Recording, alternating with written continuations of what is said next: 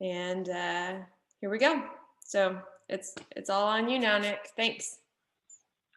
Awesome. All right. Yeah. Hey guys, I'll do a little bit of about me here coming up, but I think I've met most of you at least briefly. So the workshop today, we're talking about a couple, I guess, two main things: kind of transitioning from university into the workforce, and then also the variety of engineering roles. And I think that second one is one I really am passionate about, because I think personally I didn't realize how many different roles there were that you could get with an engineering background. Because right, it's early. You decide what you want to do when you're 18. You go to college and you get an engineering degree, and you think it means one thing, but there's a lot of options open to you as well. So I'll go through that. So yeah, I'm Nick Smith. I studied electrical engineering. I think completely objectively, that's the best and hardest discipline in engineering, but the other ones are good as well. So, and I'm actually now a product marketing manager at Texas Instruments, and we'll talk a little bit about, it's kind of weird, right? Engineering, product marketing. So we'll talk a little bit about what that means. A couple other things about me. So again, work at Texas Instruments. I'm actually specifically in our connectivity group for 2.4 gigahertz. So that means like BLE products is what I work with. I graduated University of Missouri. I have my bachelor's and master's in electrical engineering. I did 3 summer internships at TI as an applications engineer. We'll talk about that as well. And internships are a big, important thing, so we'll talk about those. Been at TI for about 5 years now. And then, like I said, I'm currently a product marketing manager. Family, I have my wife, Nikki, so we really tried to have the same name just so it's convenient when people need to get both of our attention. We're Nick and Nikki. And then 2 dogs, Maverick and Charlie. And Maverick left. I showed him earlier. He was back there sleeping. A couple of hobbies. I'm a huge Dallas sports fan. I think Freddie knows that. And hopefully everybody knows whose picture this is in the bottom right, but that's one of the Dallas Mavericks' big stars, Luka. I do real estate for fun. I really enjoy that. Woodworking, running, biking. That picture in the top is my dad and I. We did a bike ride across Iowa. You dip your back tire in the Mississippi River and your front tire in the Missouri River when you're done. So that was fun. I have a bad habit or hobby of old vehicles. I have an 80s Jeep Wrangler. I have an 80s F-250 pickup, actually, that I got from, Kathy, you might remember the United Way auctions at TI. It was one of the old TI fleet vehicles that I bought in the United Way auction. And I have a 60s Ford tractor. And then that picture in the bottom left is a golf cart that I'm converting to solar power, and Nissan Leaf batteries is what power it now. So that is a little bit about me. And then I am going to ask you guys, this is the first time where I'm going to ask you to unmute and just say quickly about you. I want to say on that last one, if you have a funny or weird study/work from home story, feel free to share it, but it's totally optional. The minimum you have to do is say your name and your major.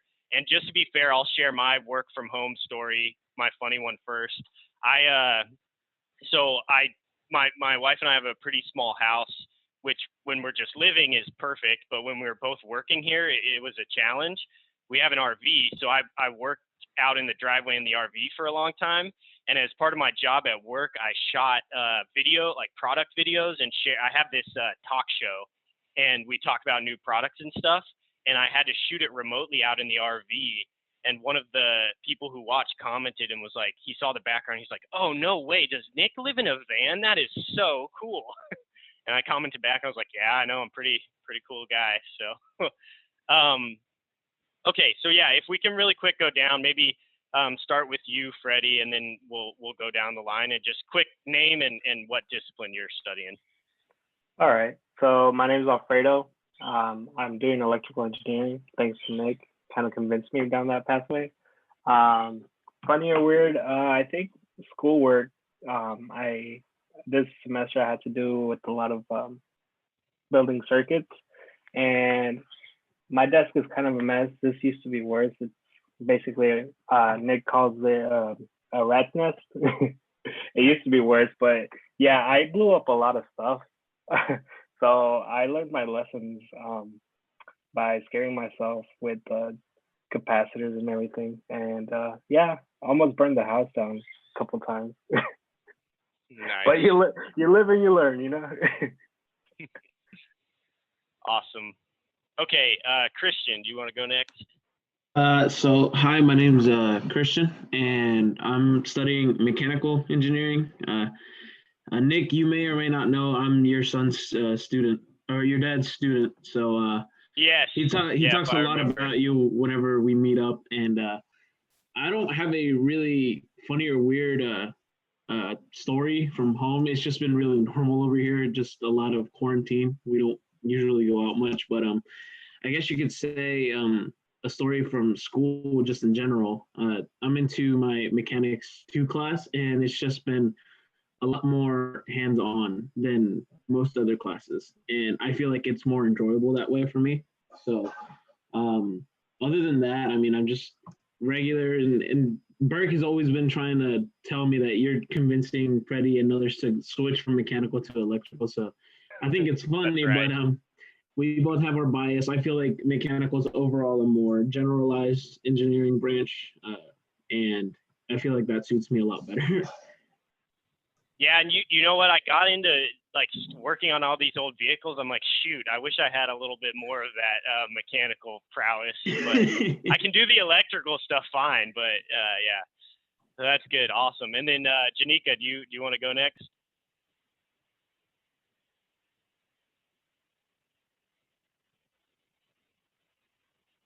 I think you may be muted if you're talking.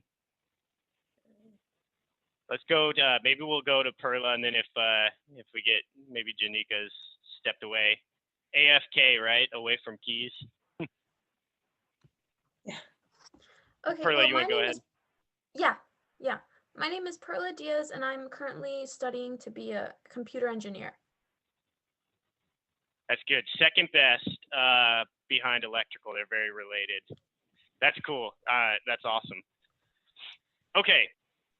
I think that's everybody. We scared Janika away completely, so hopefully she she watches the video later. Trying to get in touch with Okay, yeah. So let's. There are a couple of things I wanted to talk about. First, so I just want to give a quick overview of what Texas Instruments is, just so you guys have a background of what I am or what I do and who TI is. Then I want to talk about the transition to the workforce. First of all, getting a job, that's really important. So some tips on how to do that. And then also how work is going to be a little different. Things I've seen with new college grads coming onto my team that you can really work on to transition smoothly. And then finally, the second part is all the various jobs that are available. And to do that, I want to walk you through the life of a Texas Instruments chip that we build, all of the things and people who interact with it and the whole life cycle of it. And that'll give you an idea of all the different jobs and disciplines within engineering. So first of all, I won't go on too long about this, but TI, Texas Instruments. So the most common question is, so you make the calculators, which is true. TI does make the calculators, which I'm sure most of you or all of you own one and use one. But that is like less than 10% of TI's business. The main thing that TI does is make semiconductors and integrated circuits, which are this picture right here next to the good-looking gentleman there.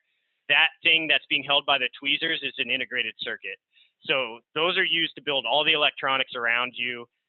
Those of you who are Perla, Freddie, who are electrical and computer engineering, you've worked with them, I'm sure. And one fun fact is I think about so of all the electronics in the world, I think 30% of the content on the boards, so the chips on the boards, is from TI. They make all kinds of products. So everything you might have around you, cell phone, Amazon Echo, TV, your car, depending on how old, some of my old cars know, but newer cars, all of it has TI chips. And this gentleman is named Jack Kilby. He invented the integrated circuit, which is probably the most underrated and under-talked about world-changing invention of all time. Because without the integrated circuit, we wouldn't have all these electronics. They certainly wouldn't be as small as they are. So that's what TI does. We build and sell those integrated circuits and help our customers build products out of them. And then you see the map here. This is just to give you an idea of all the places TI has a footprint, all over the US, all over China, Taiwan, Malaysia, lots of different places. So that's what TI is, and what they do. So that'll give you some background when we go to the next part about the journey of a TI chip. But first, I wanted to play a game so that we could spark some discussion. I wanted to play Who Would You Hire? So we're going to look at 3 candidates for a position at whatever, name your engineering company, and we'll see I'm going to ask you guys who you think you would hire and why. Okay, so candidate A, 3.9 GPA, president of the Engineering Honor Society. They're published in the IEEE journal, so they've written articles or research or something, and they're published there. And they were the student class president in college. So that's student A. Student B, 3.1 GPA. They started a YouTube channel, so they put that on their resume where they do small electronics or mechanical projects. Worked at McDonald's, started a small online business, and then they've had 1 summer internship during their university. I gave the answer. But student C, before I show, 2.5, I'll put the text up after, 2.5 GPA, and they completed a capstone project using an Arduino or some widgets. So I think really quick, we'll maybe go one by one and just get your thoughts. So maybe we start with Freddie again. Freddie, maybe just quickly, who you think you would hire and why? Honestly, I would give every single student an opportunity, just because they're specialized on certain things, but just with different situations. So I think personally, if I was the hiring manager, I would give every single student a chance. That's a good answer. A bit of a cop out, but we'll accept it. Yeah. Okay, Christian, what about you? So if I had to choose just one, I'd probably go with B, just because it doesn't matter what kind of where he had the internship, he has that experience in the field, even though it's just a small foot in the door. He also has a very small yet a good knowledge about electronics with his YouTube channel. His GPA is pretty good, and he's already managing his own business, so he has that knowledge of money, I guess you could say, and talking to other people. So I'd go with B. Okay, perfect. Yeah, good points. Perla, what about you? I'd say it depends on what you're trying to hire them for, but based on I guess if you're looking for a project manager or something like that, I'd go with A because they have the most knowledge over it, and I'm sure they know how to apply what they've learned. Awesome. Okay, yeah, good point. So let me build out the rest of the slide, and I'll give the quote unquote answer, and then we'll talk through some of the reasons why. So hey, Nick, Janika yeah. is back. Do you have a thought on it? Yeah, sorry, my internet just decided to die on me. You're fine. And Janika, really quick, maybe can you also do the intro part? So say your name and then the discipline you're studying. Sure, I'll be super quick about it. So I'm the only non-engineering student here. I feel kind of like a geese among ducks, but I'm studying physics actually. But yeah, I go to UT Arlington, and to answer your question, I probably would pick B too, just because they've had that summer internship, and plus they run a small business and they do that little side YouTube video. So it also delves into their major. So you can tell that's something they're passionate about if they go out of their way to make a YouTube channel about it. Awesome. Yeah, good point. And props to you for studying physics. We'll talk a little bit, when we talk about the journey of the TI chip, we'll talk a little bit about physics background as well. A lot of people with physics backgrounds work at TI. Okay. Okay, yeah, so thanks a lot. I think all good and valid comments. Let me give the answer, and then I want to talk a little bit about this slide. It can be interactive. So I circled A and B. Freddie, I think you make a good point. Look, any student can get a job in an internship, right? There's nothing that makes it impossible to do that. But I think, if you start looking, and we'll talk through some of these, I think basically if you start looking, and you're kind of a C profile of person C, there's certain ways that things that you can do to bump you and make you even more attractive for a job. But let's talk through first. So first of all, I want to say students A and B are pretty much based on A. So she's a lawyer, but student A would be more like my wife, Nikki, and student B would be more like me. This is almost actually exactly my resume for student B. And I think a couple of different things I wanted to talk about. First of all, I think grades are important. There's no question about that. But I also want to make sure that we talk about that they're not the only important thing. So I'd say, especially, so having top grades, having that super high GPA, again, that's what my wife did, and she got very far with that. Now, not everybody does that, right? Realistically, even me, myself, I didn't thrive in classes and GPA, almost like Christian said about, liking to be a little more hands-on. Maybe some of the classroom setting didn't work as well. So if that's more kind of your resume or personality, one thing I will say is it's absolutely important to keep that GPA as high as possible, because a lot of companies have minimums where they just set your resume aside if you don't hit that minimum. So you definitely want to keep it up. Some of the thresholds are kind of a 3.0, some have a 3.2. But on top of that, you guys commented on this a lot. A lot of the things on this resume.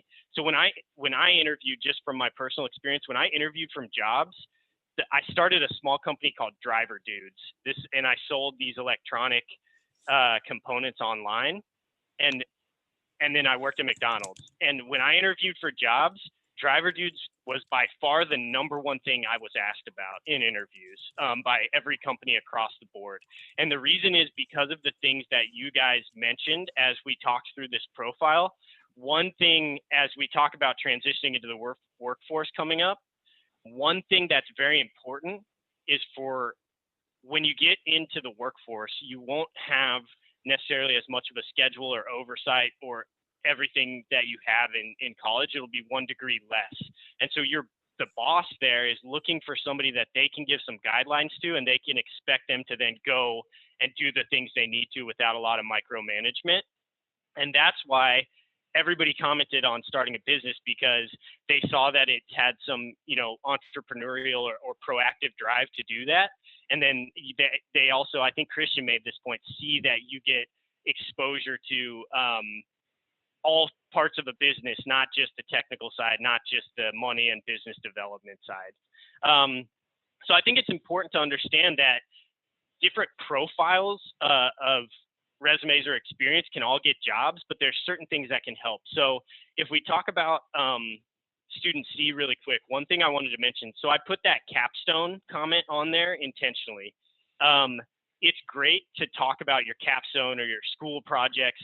It's great to talk about those on a resume, but also keep in mind that everybody in your class has done a capstone or a project. And Freddie, this is something you and I have talked about a lot.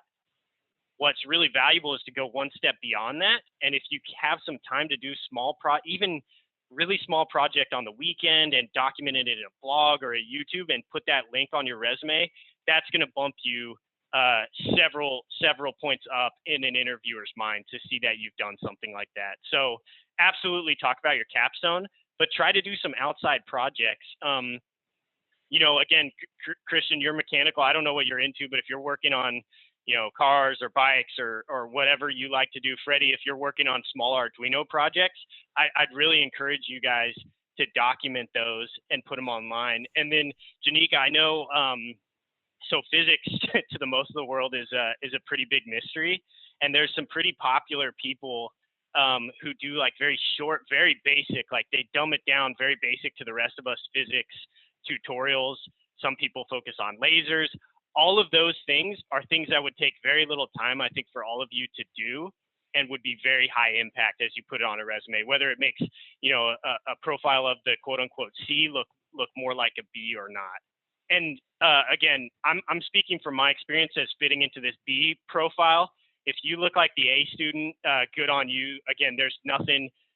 The A student is absolutely great. I would also encourage, if you're in the A student category, still to do some of those proactive and smaller outside the classroom projects. And I think companies really value seeing that type of drive and things on your resume.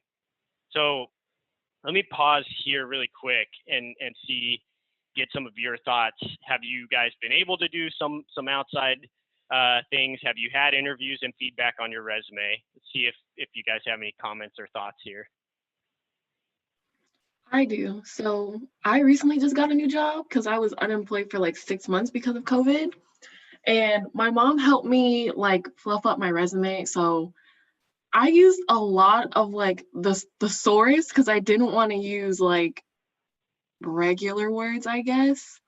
So, but like during the interview, they asked me a lot like what I'm in school for, because I'm getting an associate's in computer science too. So they asked me about my work with like mostly Excel, because I work at a shipping place. So we use Excel a lot, and we use a lot of programs. So like we can get prices for like how big a box is, how much it weighs, where is it going, stuff like that.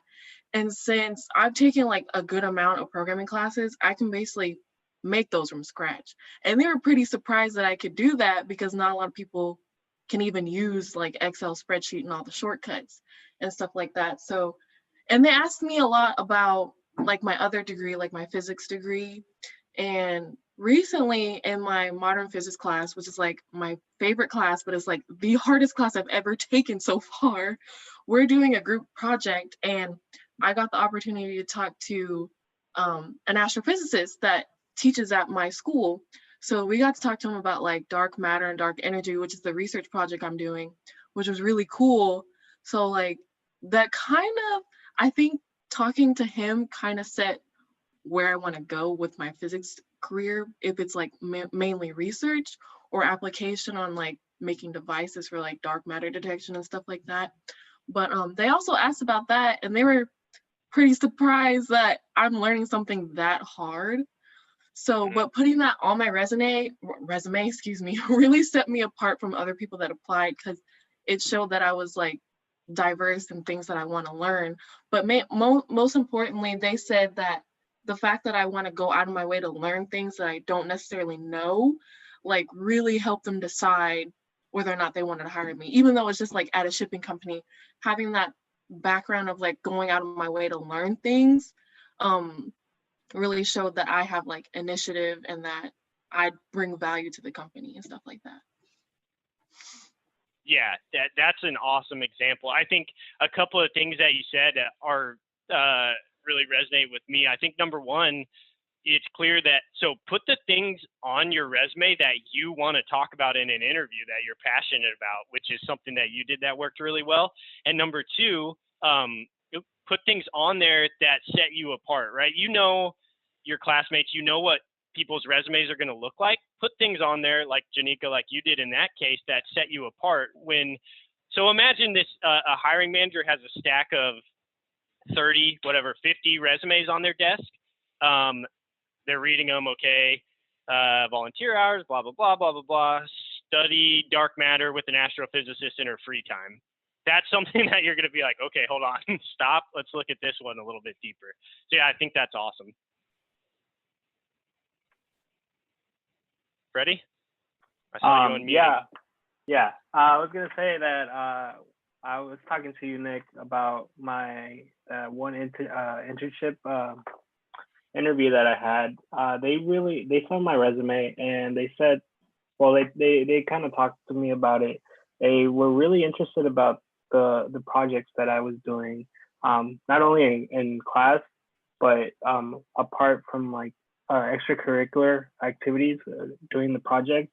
And I realized that basically because every student is taking the same class, they really wanted to know what you were doing. Like if it was a group project, what were your contributions to that project? And if you were doing like a project by yourself, they really wanted to know how you got things done, how you fix your problems. Like if you ran into a certain problem, how did you manage to get out of it, or things like that. So I do realize that, like Nick said, that those small projects really would help you stand out from the whole crowd. Yeah, absolutely. Yeah, good example. And I know I've said it to you before, Freddie, but to everybody here, I have a lot of projects going on in my life. So if anybody needs ideas or wants to do a small one, let me know. We got old vehicles, we got electronics, we got all kinds of stuff. And like I said, and like Freddie said, it's a great way to kind of set you apart and have an extra dimension to that resume. Okay. Anything else? I want to spend a few minutes on this open question discussion slide. I want to talk a little bit about, once you get that job, some of the things and maybe mindset shifts to transitioning into the workforce from university. And then after that, we'll talk about all the jobs available. I want to make sure we have plenty of time for that. Okay, so I think transitioning from, and this is going to tie back to some of what we just talked about, but transitioning from university into your career or your first job out of college, I think the number one thing to do is just to do things. And let me explain it. So I have very rarely, with people on my team, with new college grads or new hires on my team, I have very rarely have to come down on them for doing something extra or beyond that I didn't want them to do. So being, too proactive or too aggressive and doing something wrong. I've very rarely had to ever talk to a new hire about that. What I constantly have to talk about with the new hires is taking full ownership of their tasks. And it's a tough transition that I went through myself, of breaking from the mindset of university, where you have kind of a set homework, set schedule, set tests.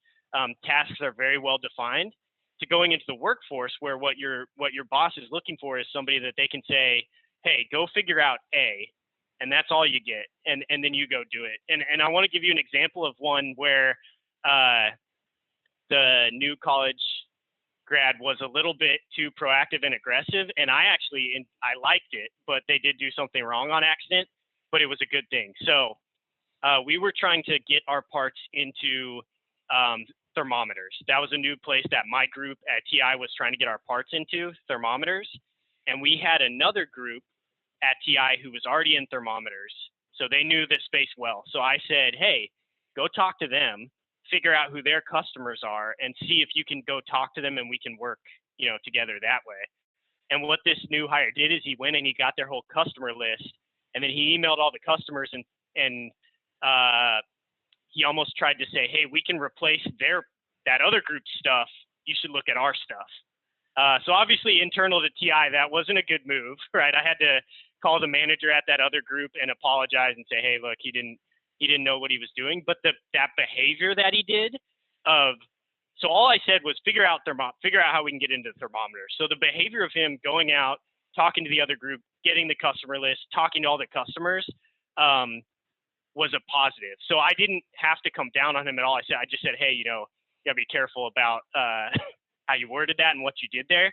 But absolutely, that style, that what you're doing was the right way to think about things. So I think that for me, at least, it's different for everybody. For me, the number one challenge going from university to the workforce was getting this mindset of, I fully own and control this, and I have to figure it out with very little guidelines. And all of you, I think if you're like me, are going to hit a point where you're working on, a multi-million-dollar piece of equipment. You're working with customers that are going to bring in $10 million to the company. You're, working on, at a defense company on something that could blow up. You're going to be doing things, and at least for me, where it's going to be a bit surreal as you're, in your early 20s that you're doing something like that. But you've got to try to get into the mindset of this is your ownership. You own this piece. If you're working on $1 million piece of equipment, that's great. That's what you should be doing. You studied hard and you know how to do that. So let me pause there. Again, that was all pulled from my own personal experience.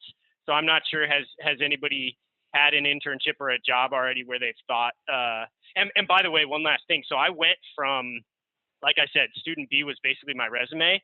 I went from McDonald's, again, very structured, where I'm working at like, on $5 hamburgers, McDonald's, to where I'm working on, million and $10 million clients. And it's a weird transition to go from that to that. So let me pause there and see if any thoughts or questions. I'm not sure if that was just rambling or if it made sense.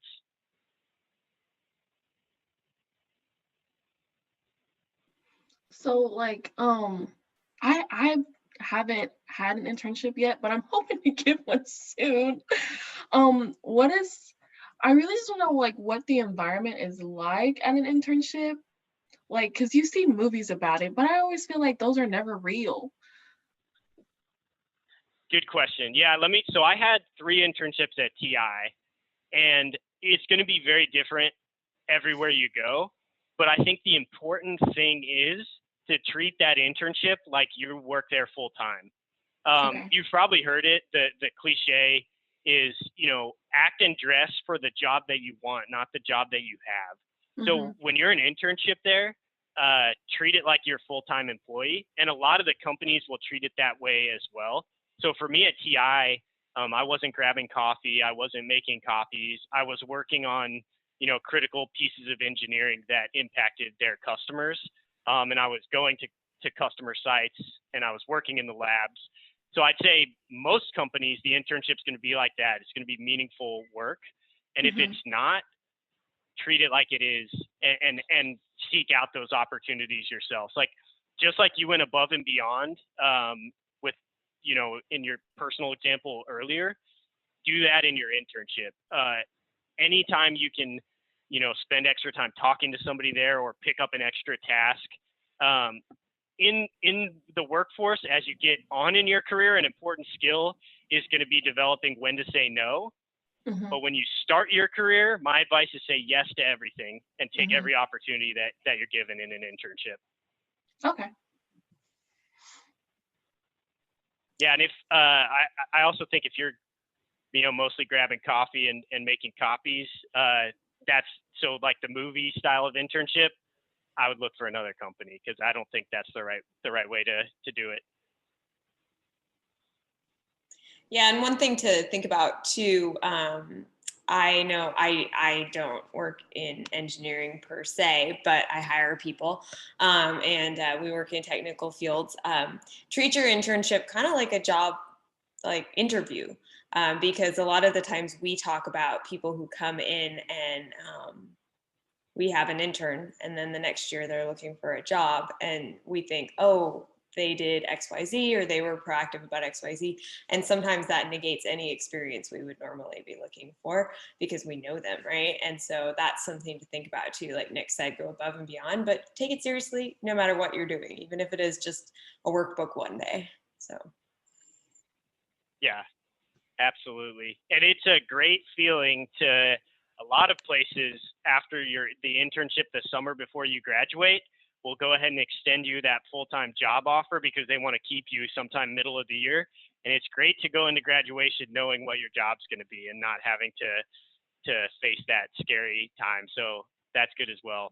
Okay, I want to move to the second part, which is all the jobs available for an engineering background, because you've probably heard me talk in my experiences about customers and selling stuff, and you're like, wait a sec, that doesn't sound like engineering. So to do that, I wanted to talk about the journey that a TI chip takes. And so like we said, TI makes these integrated circuits. Those things get put into a larger design like an Amazon Echo, and then they become a product. But this is the journey a TI chip takes. So first somebody, talks to a customer, and they hear a need, like I need a device that does X, Y, and Z. And then they define what a device would look like, almost like a recipe. Somebody says, I want a cookie. Then some smart guy sits down and says, okay, to make a cookie, you need A, B, C, and D. That's what we do for our devices. Then somebody takes that recipe, gives it over to the designer, and that's the person who actually designs the device. So they do all the technical engineering work to design the device or bake the cookie. and then, or I guess no, they finalize the recipe, and then it goes over to the manufacturing. So these people take your design and they run and build and do all the machinery to make this end product, this chip that goes into an Amazon Echo. Once the chip comes out, there's a whole team of people who do test and validation. So they want to make sure that the chip works as it's supposed to. So again, I guess with my bad cookie analogy, the manufacturing bakes the cookie. The test and validation are going to taste some set of these cookies and make sure that they taste good. So they're testing the chip. It's supposed to do A, B, and C. Does it do A, B, and C like it's supposed to? Then once the chip is all created, it's validated, it works, then it goes to promotion and marketing. So now I've made this great cookie. I need the world to know it exists so they can go buy it. So somebody puts the specs on the website. Somebody talks about why this is the best device, TI's ever made. Somebody talks to the customers and says, you're going to love this, come buy it. And then we have sales teams. So those sales teams are the ones sitting in the customer office saying, hey, my company makes this chip. Your company makes the Amazon Echo. It would fit perfectly well. Here's the price you would pay. Here's why we're better than that competitor that you're looking at. Design our chip in. And let's say the Amazon Echo guy picks our chip, they design it in. Now they have to bring the Echo to market. They're going to need customer support from us. It's our chip, right? Our design. So that we need to help them eventually design it into their end product. So they're going to be coming back to us asking for, customer technical support to help them do that. So that's kind of from the TI side, the whole life of one of our chips. There's a whole second half to this, which is the life of our chip in a customer's product, like the person who designs it into the Amazon Echo and so on and so forth. But this is the TI journey. So I want to pause maybe and we'll get some feedback from a few of you. So who wants to take a stab at naming which parts of this full life cycle would an engineer take part in? Anybody up for the challenge? They would be like in between. So like manufacturing or maybe like part design, manufacturing, and test validation. I feel like that's where they would be at the most. Okay. Yeah. Good point. I'm pretty sure every single part there is an engineer in every team in there. Yeah, I feel like you had some advanced, some information given previously. Yeah, so good point, Freddie. Yeah, and I think, Janika, to your point, so we're going to go through and talk about some of these roles. Some of these are more like quote unquote engineering heavy, but to Freddie's point, if you fill all these in at TI and at a lot of companies, every single one of these roles is somebody who has an engineering degree. And so, for instance, my particular role is this promotion and marketing one, where at TI we call them product marketing engineers. And so let me talk through what these roles are, just to give a picture of the broad scope of engineering roles, and then I'll pause and we'll have some questions here before the end. So yeah, we talked about the part definition at TI, and by the way, this is a specific TI example, but it's generic as well. So for a mechanical engineering degree, a lot of companies would go down this same path. But so for part definition at TI, that's what we call a systems engineer. I'm sorry, I keep sidetracking myself. One more thing before I go through the roles. All of these roles at TI has an internship associated with it. So you can intern in any of these disciplines, and at not when I'm saying TI from my personal experience, but at a bunch of different companies, you can intern in all of these different disciplines as an engineer, and you can even try multiple of them in multiple summers if you want. So part definition, this is our systems engineer at TI. So this is a guy who goes out, like I said, and they talk to customers and say, hey, what do you need? And the customer is very high level, maybe say, I'm building a battery powered product. I need it to have long range wireless communication. They say very generic kind of high level needs. The systems engineer translates that into engineering essentially and comes up with a detailed spec of, okay, customer needs this. That means the designer has to go build this. So this person has a very unique skill set that some of you might have. You have to be able to, you know, interact with people very well. You have to have good interpersonal skills to talk to customers, and then you also have the ability to translate that into very technical engineering speak for the guy who's going to eventually go build this device. So that's the systems engineer. Now the part designer, this person is the person who totally designs this device. These are often, in my opinion, the smartest people at TI.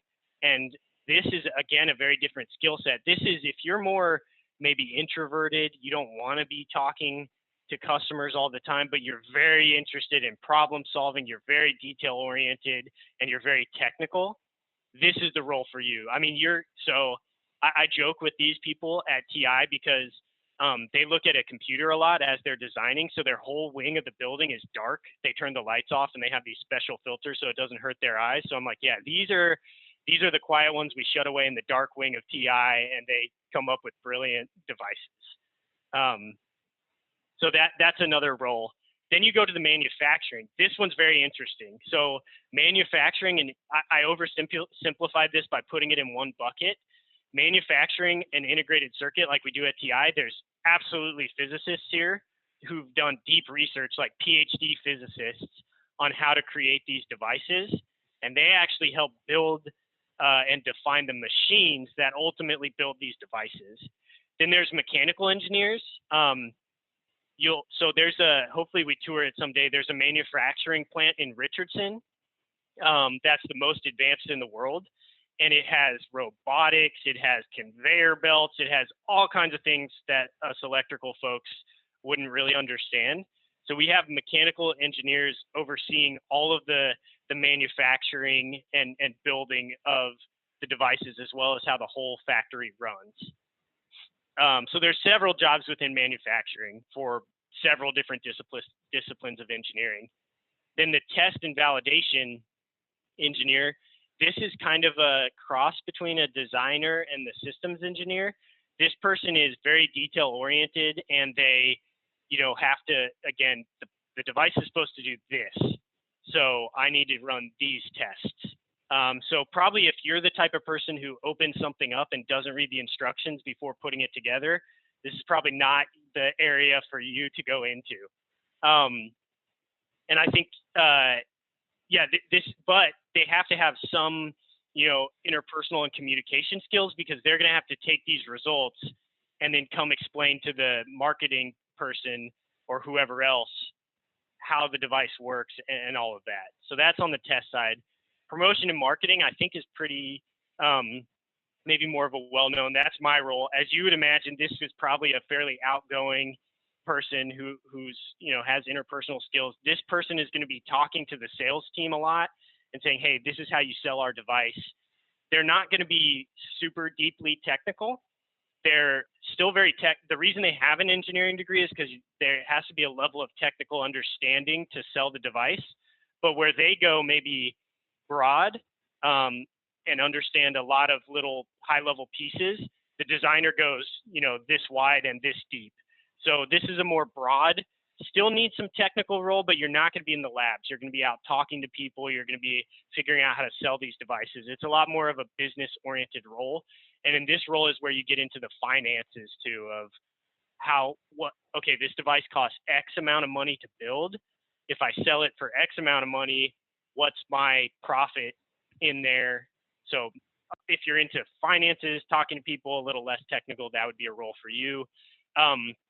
Sales, I think, is a very known type of role. Again, all of the TI sales engineers have engineering backgrounds for some of the same reasons that I just described on marketing. So again, it's a level of technical depth, but not working in the lab or stuff like that. And then finally, customer technical support at TI. These are applications engineers. This is actually what I started my career as. And I think this is one of the most versatile roles to take on. This is a cross of almost everything. This person talks to a customer, so they communicate, they have those type of skills. They also need to be technically deep on the products, because the customer is going to come and say, hey, your device isn't doing this correctly. And the applications engineer is going to have to figure out why and then help them solve that problem. So this role to me is the best mix of, if you like technical, but you also like kind of interpersonal customer communication type of role. So let me stop, because that was a lot of information and speaking about all these roles. I think the main point I wanted to get across here is everything from going into sales, going into marketing, going into the dark, wing of TI where they lock you up and you're a technical genius. With an engineering degree, you can do all of that. So I know your classes are focused on probably largely building the technical skills, which are absolutely necessary. But just know you can take those skills into almost any different path within a company. So you're not stuck in one type of role or the other. So yeah, let me stop and see if there's any questions or comments about this. Have any of you guys, do any of you guys have an idea of the path you want to go down? I know, Janika, you talked a little bit about maybe research versus industry. Have you guys thought about kind of where you see yourselves or your career heading towards?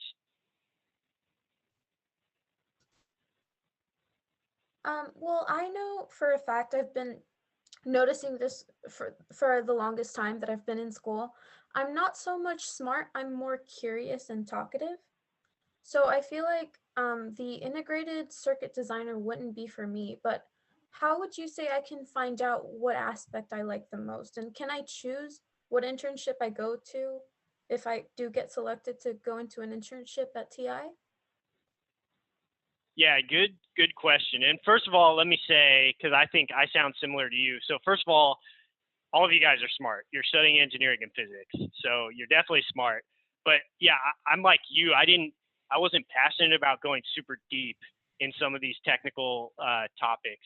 But yeah, so at most companies, and certainly at TI, at most large companies, what you could do is start in an internship in a specific discipline to see if you like it. And then at most large companies and at TI, they have what they call a rotation program. And this program kind of rotates you through a few of these different roles until you find where you fit. And I think, I think Kathy can attest to this probably too. At TI or other companies, you don't have to make a decision today that's going to last you for 25 years. I came in as an applications engineer, and then a year or two in, I transitioned to marketing, and I might go to something else in 2 years. So I would really encourage you to think more, just like you did, think more about what you like and which general direction you want to go, and then let that set your path, and you can settle into the right place within a company. But even an internship where you get into a role and you figure out, oh, this type of role is not for me, that's a successful internship, because you know the next time to try a different role. Hopefully that answered the question. Yeah, thank you. Just kind of to add on to that, when applying for the internships, they have all the, like, each field that you have here on the slides, they have a certain application for that specific one. So if, like, let's say you want to try out test engineering or applications, they have a certain application for that single internship. Yeah, good point. And I think if you have TI specific questions, I can be very helpful as far as, like, a lot of these roles are very related in the fact that, if you're business and customer minded, there's 3 or 4 of these that would all be great to see if you like. So I think it's that general direction, and then you'll figure out as you're in the company what the specific correct place is for you. Okay, I have another question about internships. What would you say they're looking for when they're trying to pick a student to do these internships? Yeah, good question. I think going back to kind of that first slide we talked about, they're looking for something on your resume that sets you apart. So, excellent grades is one thing. Being very proactive outside doing projects is a really great thing because they want to know that you're going to bring that mindset into the role. I'd say one misconception I had when I was originally looking for internships and jobs is how much they cared about my specific technical knowledge. So you need to be a level of technically proficient, but most of these jobs you're gonna need to learn on the job new skills. So they're looking more for mindsets and behaviors from you than they are specific technical milestones or knowledge. Did that help? Did that make sense? Yeah, Nick, can I yeah, give some thank you input so there? much. Can I give some input there as well, Nick? It's Yeah. and I kind of heard the question from a different angle. Like, what was TIB looking for? They're looking for their future employees. This is one of their pipelines for sourcing their employees, looking for people that have the right education, but are also teachable, because there's a lot more to learn once you start the job. Yeah, that's a very good point. These are not. Just like Stephanie also mentioned it earlier, the internship is essentially an extended job interview. They are not going to put resources into an internship with you if they want to look for great people to hire, just like Kathy said. They're looking for great talent to bring on board full time.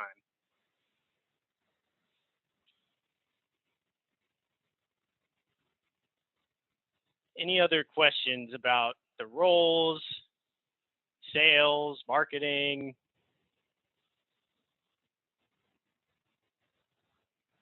So have any thoughts? I know, Freddie, we've talked a couple of times, you've looked at different, paths to go down. Have you had any thoughts personally about, more technical? I like more people interaction, business.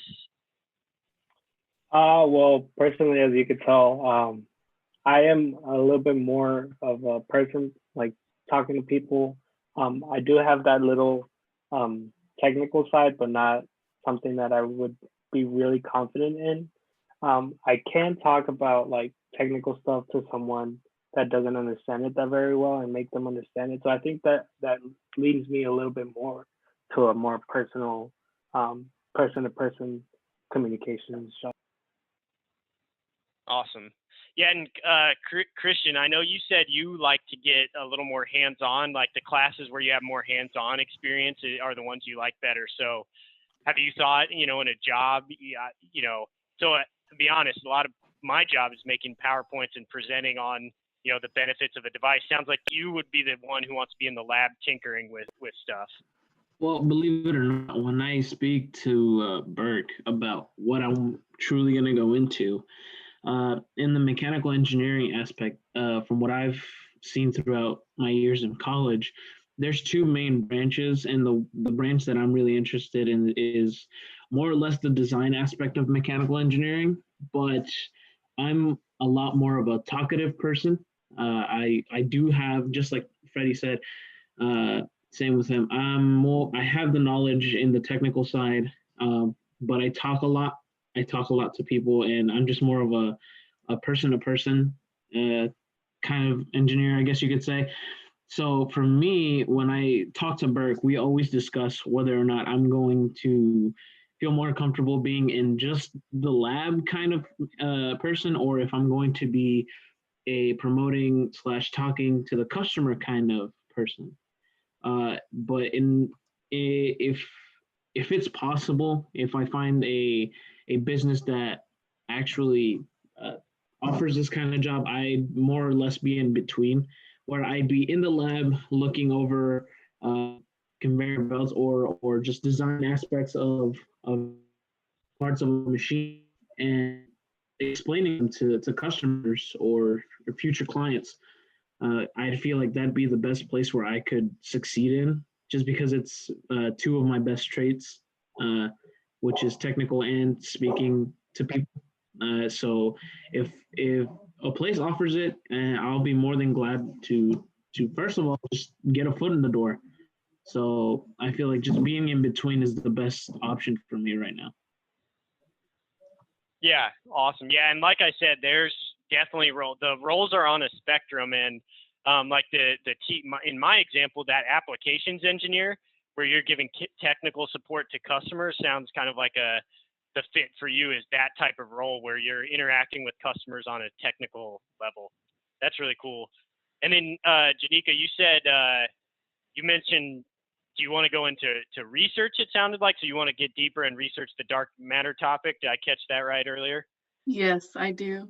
Either like dark Cool. matter or like it would be like a really awesome dream of mine to work at the Hadron Collider and find like, because like there's like certain particles that we think might be dark matter, and they use the Hadron Collider to like, make mock environments of what the universe was like before that to see if those particles show up. So that's definitely something I would like to get into. Awesome. Cool. Well, yeah, it sounds like most all of you are ahead of me when I was at that point, because I had no idea. Like, I got into the applications engineering role, and then from there I kind of figured out what I like. So it's super good that you guys have, a good fix on kind of what your strengths and interests are. And I know we're up at time, so I'll stop with my presentation. This was my last slide, but if we want to have a few minutes here, if you have any general questions about pretty much any topic, feel free. Yeah, I saw Marianne popped in, so I wanted to give her a chance to introduce herself too and maybe ask a question. Marianne, we're being very interactive this session. Lots of unmuting is happening. So if you just want to kind of share with Nick what your background is, and you can share if there was one of those roles that you were interested in. Hi, good morning. I'm Marianne. I'm a junior at UTA, and I major in computer engineering. And the fields that I'm trying to look into are like cybersecurity or like automotive industries. And I'm not so sure like what part, but I do like more of the technical side. I like tinkering with things and doing stuff in the lab. Right now, like my classes, I'm doing embedded systems, software engineering, kind of just like knowing the fundamentals of that, and a few math classes. So I'm pretty like close to finishing my degree, and yeah. And I guess I do want to ask,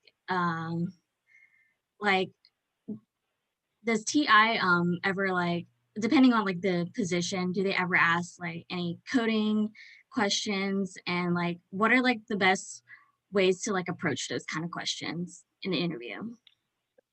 Good question. And by the way, congratulations on being in space. It looks like from your background.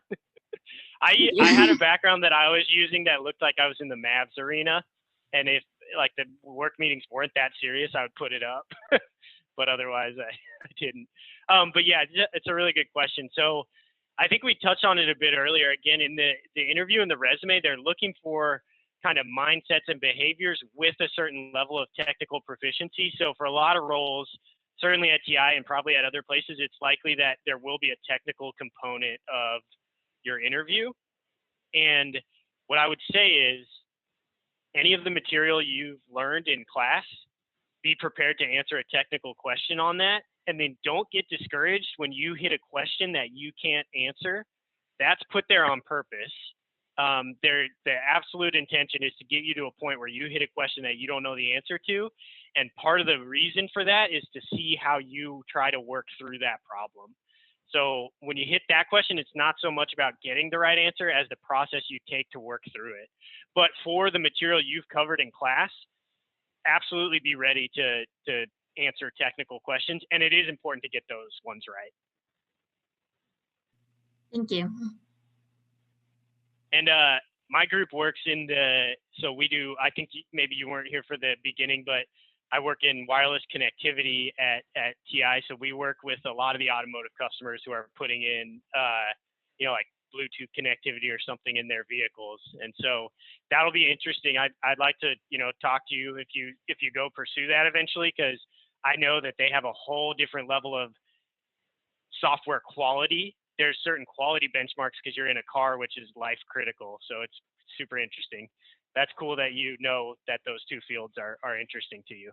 By the way, I was in school to get electrical and computer engineering degree, And then I was in a real-time embedded systems class, and that's the one that I was like, I'm done. I'm dropping the computer parts too hard. Thank you.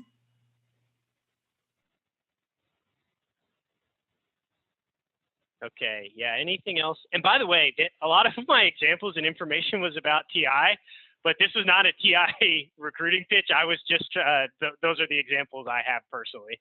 So a lot of this stuff I'm saying will apply to, all kinds of different companies.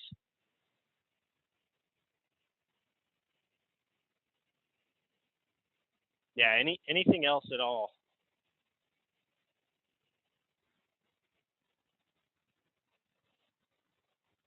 Okay, I'll also say, Freddie or Stephanie or whoever, feel free to share my contact out if it's not already there. If you guys ever have any engineering or whatever, any related questions, just shoot me a text, and I'm happy to talk to you about whatever it is.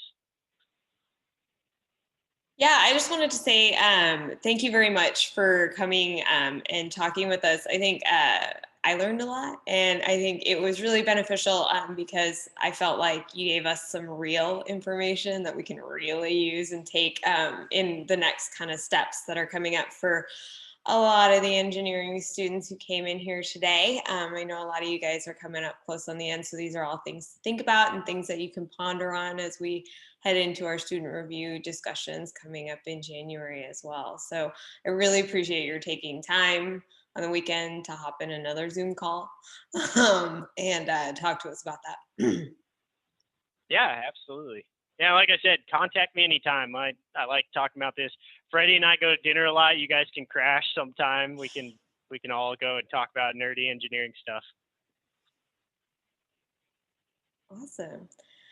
All right. Well, yeah, if anyone had any questions, you can shoot them my way and I can get you guys connected. But I want to thank you guys for all coming out on a Saturday. I am going to share the recording. So if you want to review anything that was in there, we'll have it in a little private space and I'll share it out for you guys only when it gets downloaded and all set up. So,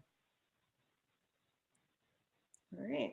Well, then I will let everybody get back to their Saturdays, and I appreciate everybody coming. Kathy for coming and joining us as well. And thank you again, Nick. I'm very appreciative of all the knowledge that you shared with us today. Awesome. Thanks, guys. Bye. Thank you. Thank you. Bye, guys. Thank you. Bye.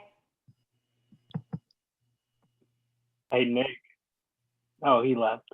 I'll text him. Too fast. You gotta give him a text. All right. Thanks for coming. Yeah. Bye. Marianne, I'll share the recording so you can see the part that you missed. Okay, thank you. All right, but you will get credit for coming. Oh, I'm sorry. I woke up late. I'm like this. Totally understandable. It's Saturday morning. I was mean to ask you, but I figured this was the best time that maybe we weren't all working. So yeah, at least I got to see a part of it or something. Yeah. Yeah. And like I said, I'll share the recording, so you'll get the rest of it too. So thank you so much. Thank you. All right, talk to you later. Bye. Bye.